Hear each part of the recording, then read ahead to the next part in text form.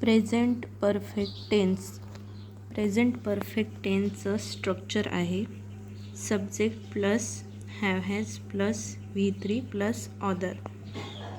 ऑदरमध्ये object complement ते येतं, ते मी नंतर तुम्हाला शिकवेलच. सब्जेक्ट म्हणजे करता, हॅव हॅज म्हणजे ये टू बीचे रूप आहेत आणि V3 म्हणजे व्हर्बचा तिसरा form.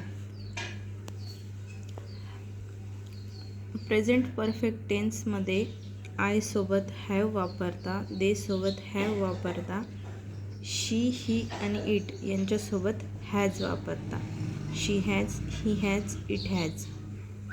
For example, I have done my work, she has completed her education, they have gone to Mumbai. Use first, action is completed, recently just म्हणजे आत्ताच रिसेंटली जस्ट झालेल्या क्रियेसाठी आपण प्रेझेंट परफेक्ट यूजचा वापर करतो. प्रेझेंट परफेक्ट टेन्सचा वापर करतो. प्रेझेंट परफेक्ट टेन्स म्हणजे पूर्ण वर्तमान काळ. Example, I have done my assignment, recently I have done my breakfast म्हणजे मी आत्ताच माझं काम पूर्ण केलं आहे. आणि recently I have done my breakfast म्हणजे मी आत्ताच माझा नाश्ता केलेला आहे.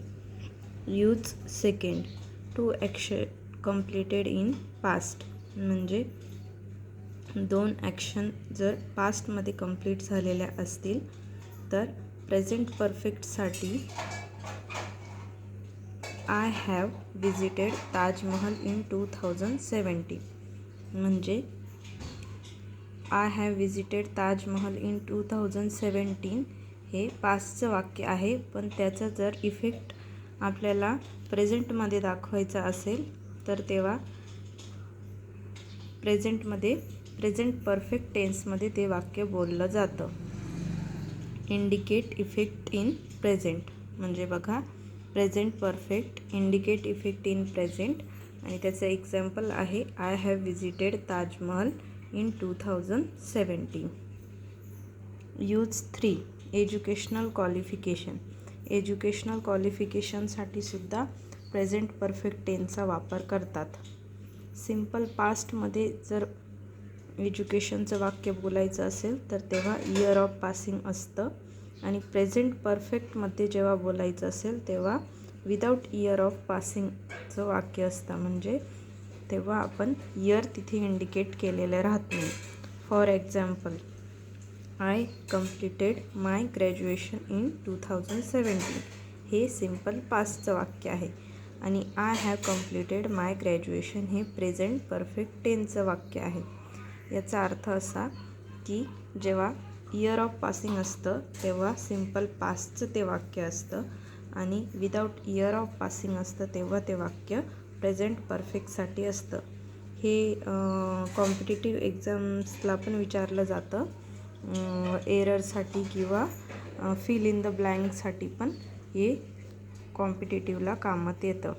यूज 4 आहे प्रेझेंट परफेक्ट टेन्सचा. यूज 4 आहे this is, that is, it is म्हणजे time frequency plus present perfect tense म्हणजे टाईम फ्रिक्वेन्सी इंडिकेट करण्यासाठी सुद्धा प्रेझेंट परफेक्ट टेन्सचा वापर केला जातो.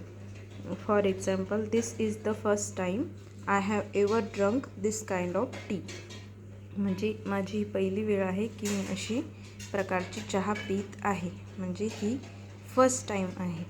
म्हणून इथे दिस इज द फर्स्ट टाईम ही जेव्हा टाईम फ्रिक्वेन्सी इंडिकेट असते त्याच्यापुढे हा टेन्स यूज केला जातो. It is the second time she has left her job for her personal issue म्हणजे ही तिची दुसरी वेळ आहे की तिने तिच्या पर्सनल कारणासाठी, वैयक्तिक कारणासाठी तिचा जॉब सोडला. ही काही एक्झाम्पल्स आहेत. अजून पण प्रेझेंट परफेक्ट टेन्सचे खूप सारे एक्झाम्पल्स आहेत, ते मी तुम्हाला सांगेलच. पण अजून युजेस तुम्हाला जर बघायचे असतील तर चॅनलला सबस्क्राईब करा.